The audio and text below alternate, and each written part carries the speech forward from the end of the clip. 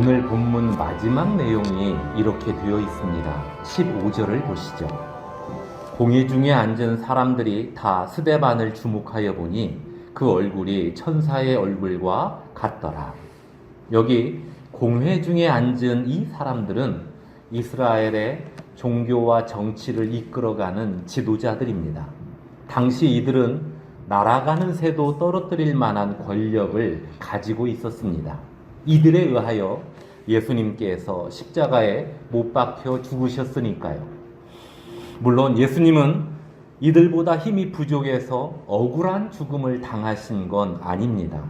예수님은 죄인들이 받아야 할 형벌을 대신 받기 위해 스스로 십자가의 죽음을 선택하셨습니다. 이처럼 십자가의 관점으로 볼 땐 예수님이 스스로 짊어지신 십자가가 맞지만 당시의 상황만 보면 수많은 백성들이 예수님을 따랐기 때문에 그 상황에서 예수님을 죽이기가 결코 쉽지 않았습니다. 그럼에도 불구하고 이 공회원들이 예수님을 죽이고자 온갖 계략을 꾸몄고 드디어 성사시켰으니 이들의 힘은 실로 대단했던 것입니다. 그 사람들 앞에 서 있으면 어떤 잘못한 일이 없어도 다리가 후들거리고 얼굴엔 긴장한 표정이 역력하지 않겠습니까? 그런데 그들 앞에 서 있던 스데반의 표정은 달랐습니다. 그 공회원들이 스데반을 주목하여 보니 스데반의 얼굴이 천사의 얼굴과 같았답니다.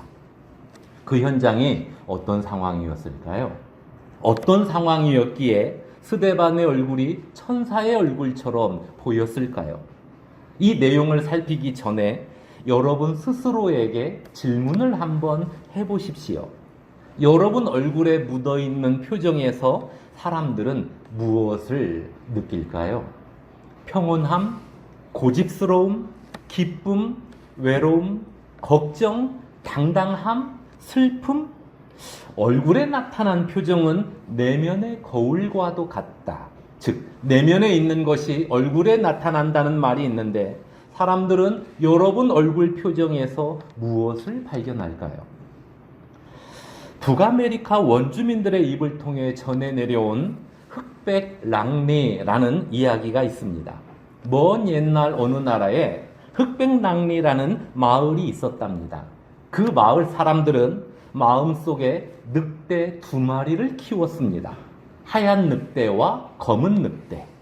그래서 그 마을 이름이 흑백랑리입니다.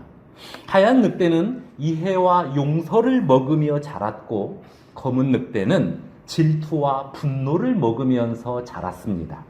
이 2마리 늑대가 새끼일 땐 그럭저럭 지냈으나 몸집이 커지면서 둘 사이가 점점 틀어지기 시작했습니다. 하얀 늑대와 검은 늑대는 사람의 마음을 독차지하기 위해 종종 다투었는데 그 다툼은 주로 검은 늑대가 하얀 늑대를 공격함으로써 시작되었습니다. 하지만 하얀 늑대의 방어도 만만치 않았습니다. 둘의 싸움은 매번 치열해서 어느 한쪽이 죽어야만 끝이 났습니다. 자주 반복되던 이 둘의 싸움에서 어느 쪽이 이겼을까요? 정답은 먹이를 더 많이 먹고 자란 늑대가 싸움에서 이겼다고 합니다. 그러니까 사람의 마음을 잘 표현한 이야기라고 생각합니다. 그렇습니다. 이해와 용서, 그리고 질투와 분노, 이 둘 다 우리 마음속에 자리 잡고 있습니다. 평상시 이해와 용서를 많이 먹으면 질투와 분노가 일어날 때 이겨낼 수 있습니다. 만약 이해와 용서 대신 질투와 분노를 더 많이 먹은 사람이 있다면 그의 얼굴엔 질투와 분노의 표정이 묻어있지 않겠습니까? 그런 의미에서 다시 묻겠습니다. 여러분 얼굴에 묻어있는 표정에서 사람들은 무엇을 발견할까요? 이와 관련해 이렇게 말하고 싶은 분이 있을 수도 있습니다. 알고 보면 나도 괜찮은 사람입니다. 이해와 용서 얼마든지 할 수 있습니다. 누가 내 성질과 자존심을 건드리지만 않는다면 내 얼굴에 나타나는 건 기쁨과 평안일 것입니다. 이 마음을 가진 분들이 적지 않으리라 여겨집니다. 그런데 살다 보면 내 성질과 자존심을 건드리는 누군가가 꼭 나타납니다. 바로 그때가 중요합니다. 그때 내 얼굴에 나타나는 표정에서 나의 내면을 체크할 수 있기 때문입니다. 오늘 본문에 등장하는 스데반, 이 사람은 초대교회가 세운 7 집사 중 한 명이었는데 그가 어떤 일을 겪었습니까? 8절을 보시죠. 스데반이 은혜와 권능이 충만하여 큰 기사와 표적을 민간에 행하니. 앞으로 한 장 넘겨서 5장 12절 이하를 보면 예수님의 제자였던 이 사도들을 통해 많은 표적과 기사가 발생했음을 알 수 있습니다. 어느 날 갑자기 사도들에게 능력이 생긴 것입니까? 예수님은 하나님의 아들이므로 예수님에겐 능력이 충만했습니다. 무리를 걷거나 죽은 사람을 살리거나 오병이어로 5,000명을 먹이고도 남기는 그 능력이 있었습니다.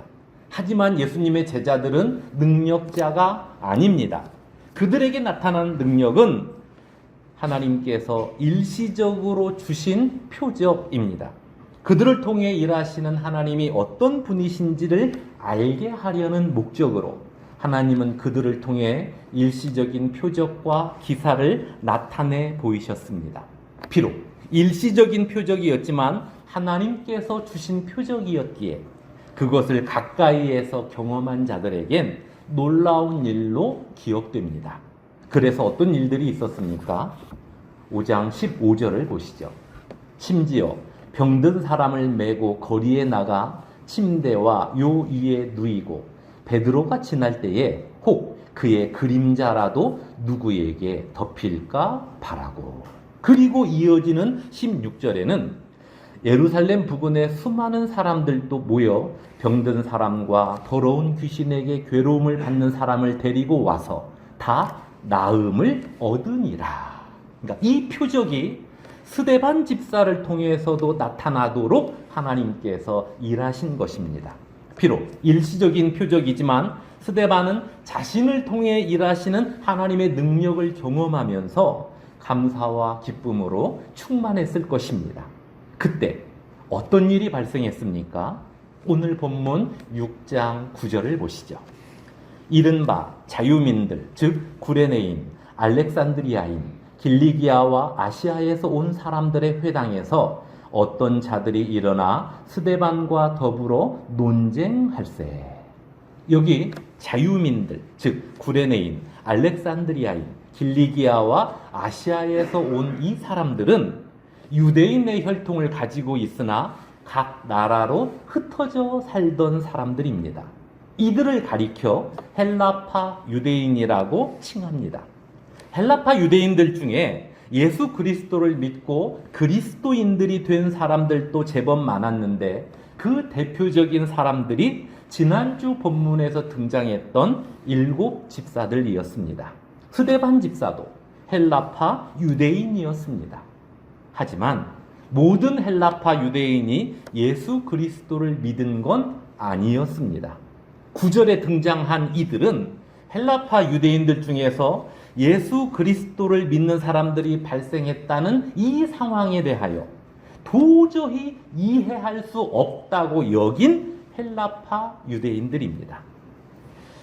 제가 고등학교 다닐 때 서울에 있는 동국대학교를 다니던 3년 선배가 고향교회를 찾아왔습니다.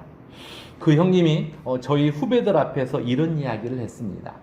나는 지금 대학교에서 UBF라는 기독동아리에서 활동을 하고 있는데 그곳에서 예수님을 제대로 알게 됐다.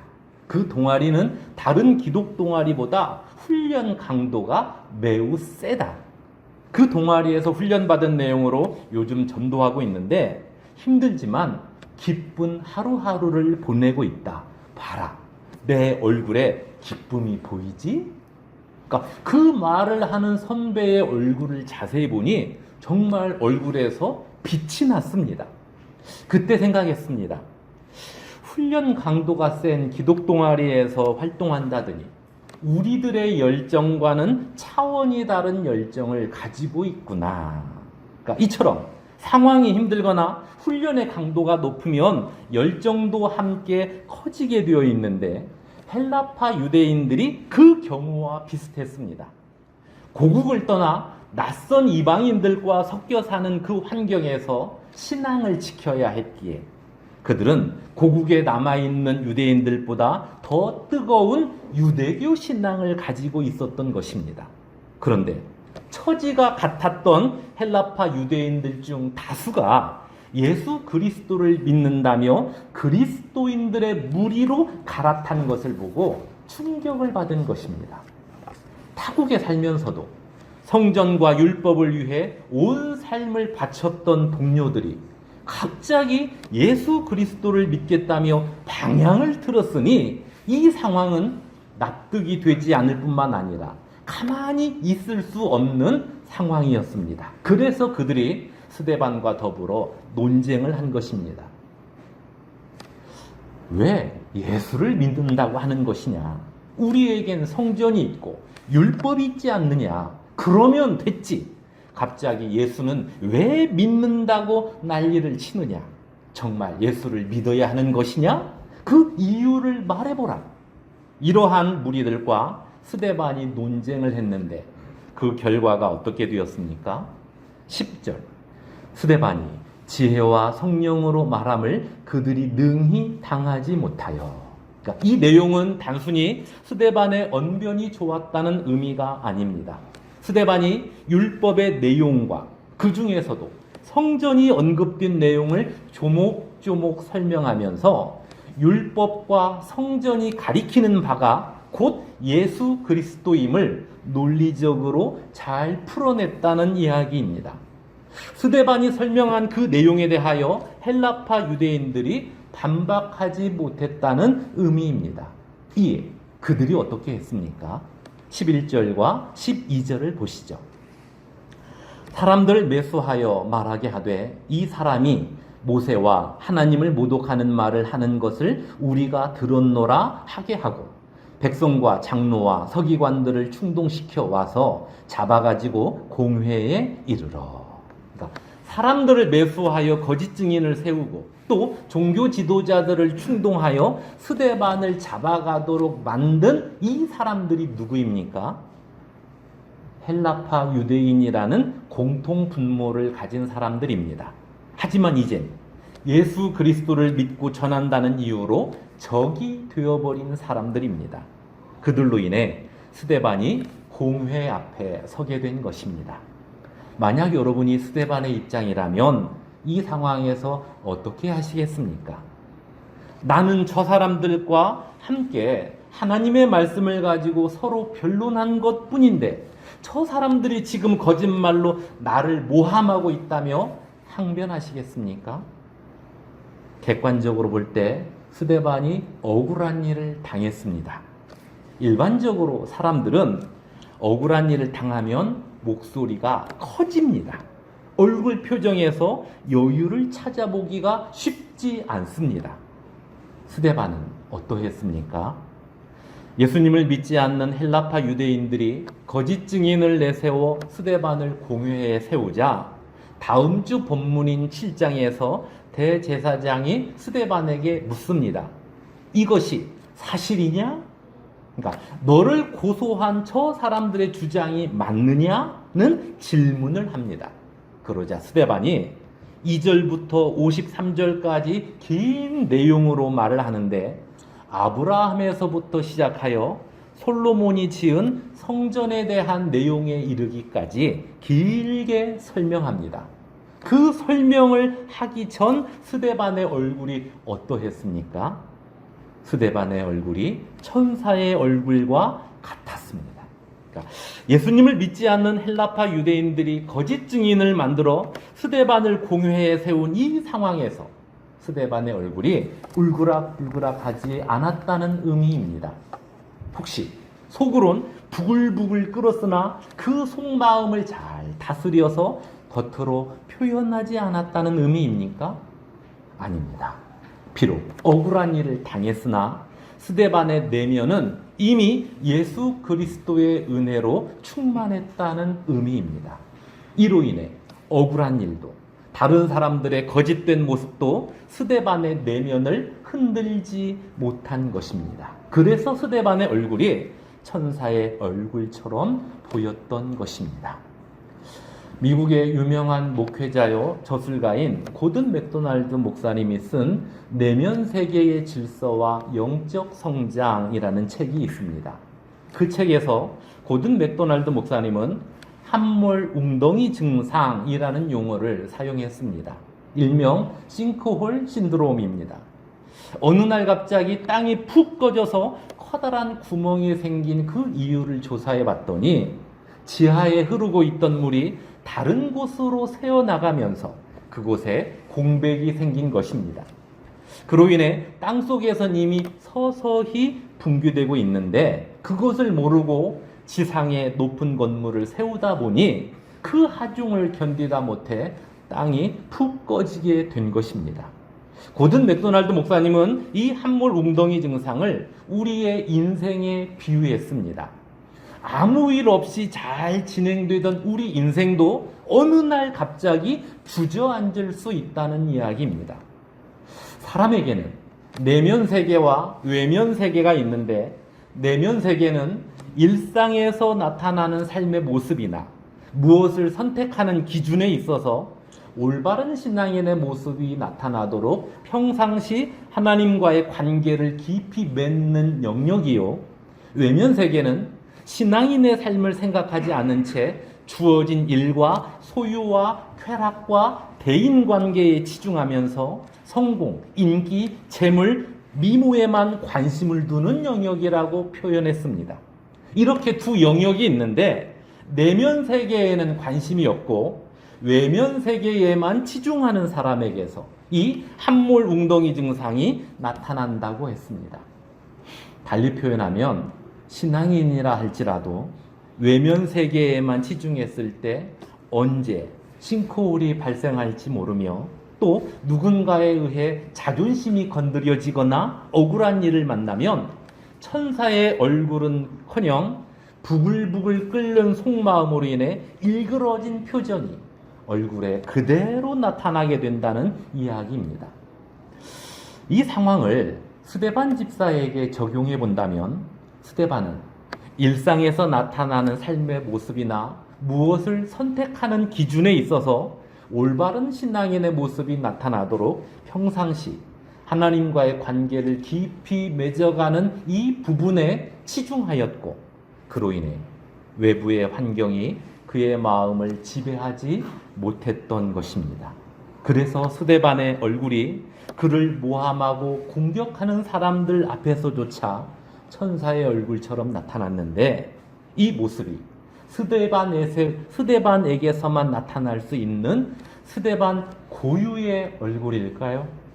그렇지 않습니다. 성도인 저와 여러분의 얼굴에서도 나타날 수 있고 실제로 이 얼굴을 가지고 산다는 건 성도에게 있어서 매우 중요한 부분입니다. 정민 선생님이 들려주는 한시 이야기라는 책이 있습니다. 그 책에 이런 내용의 이야기가 소개됩니다. 할아버지가 손자를 안고 밥을 떠먹이는 그림 하나가 있는데 아주 뛰어난 그림이라며 온 나라에 소문이 자자했습니다. 그 소문이 당시 왕이었던 세종의 귀에까지 전달되었습니다. 이에 세종은 그 그림을 직접 보길 원했습니다. 드디어 세종이 그 그림을 마주했습니다. 그런데 그 그림을 한동안 바라보던 세종의 인상이 점점 일그러졌습니다. 그러더니 이렇게 말합니다. 그리긴 참 잘 그렸다. 하지만 가장 중요한 부분이 빠져 있구나. 손자를 사랑하는 할아버지라면 손자에게 밥을 먹일 때 하면서 자기도 모르게 입이 벌어지는 법이다. 그런데 이 그림 속의 노인은 입을 다물고 있구나. 가장 중요한 부분이 빠져 있으니 이 그림은 뛰어나다고 말할 수 없겠노라. 무슨 이야기겠습니까? 중요한 것을 놓쳤기에 뛰어난 그림이 되지 못했다는 이야기입니다. 성도의 얼굴 표정 또한 성도에게 있어서 매우 중요한 부분입니다. 만약 우리 얼굴에 욕심과 고집과 질투와 근심과 걱정으로 가득하다면 우리가 믿고 전하는 예수 그리스도에 대하여 다른 이들이 어떻게 생각하겠습니까? 당신이나 믿으쇼 라고 반응하지 않겠습니까? 하지만 우리 얼굴에 평안과 기쁨과 행복과 담대함과 사랑과 친절함이 묻어 있다면 우리가 믿는 예수님이 어떤 분이신지 그들도 믿고 싶어 하지 않겠습니까? 그러므로 성도의 얼굴은 매우 중요합니다. 우리가 입으로 전하는 복음의 메시지도 중요하지만 그 메시지와 더불어 그 말을 전하는 우리의 표정, 평상시 삶을 살아가는 우리들의 표정도 매우 중요합니다. 그리고 이 얼굴의 표정은 하나님과의 만남을 먹고 자랍니다. 날마다 말씀과 기도를 통해 하나님을 가까이 하며 우리의 표정도 천사의 얼굴처럼 바뀌리라 믿습니다. 처음에 질문했던 그 내용을 살짝 바꿔 다시 질문해 보겠습니다. 사람들이 여러분의 얼굴 표정에서 천사의 얼굴을 발견할 수 있을까요? 이 질문 앞에서 예 라고 대답하며 이를 위해 날마다 하나님을 더 가까이 하는 우리 모두가 되기를 주님의 이름으로 축원합니다. 기도하겠습니다. 하나님 아버지, 우리가 하나님의 은혜와 사랑을 먹고 살아갑니다. 동시에 이 세상이 주는 분노와 욕심과 질투도 먹고 있습니다. 이 양쪽의 부분이 우리 삶에 계속 찾아오는데 이때 하나님의 은혜와 사랑을 더 갈급해하는 우리 심령이 되게 하여 주옵소서. 그래서 우리 얼굴에 기쁨과 평안과 사랑과 친절함으로만 충만케 하여 주옵소서. 이를 위해 한 주간도 말씀과 기도에 힘쓰는 우리 모두가 되길 원하옵고 예수님의 이름으로 기도드리옵나이다. 아멘.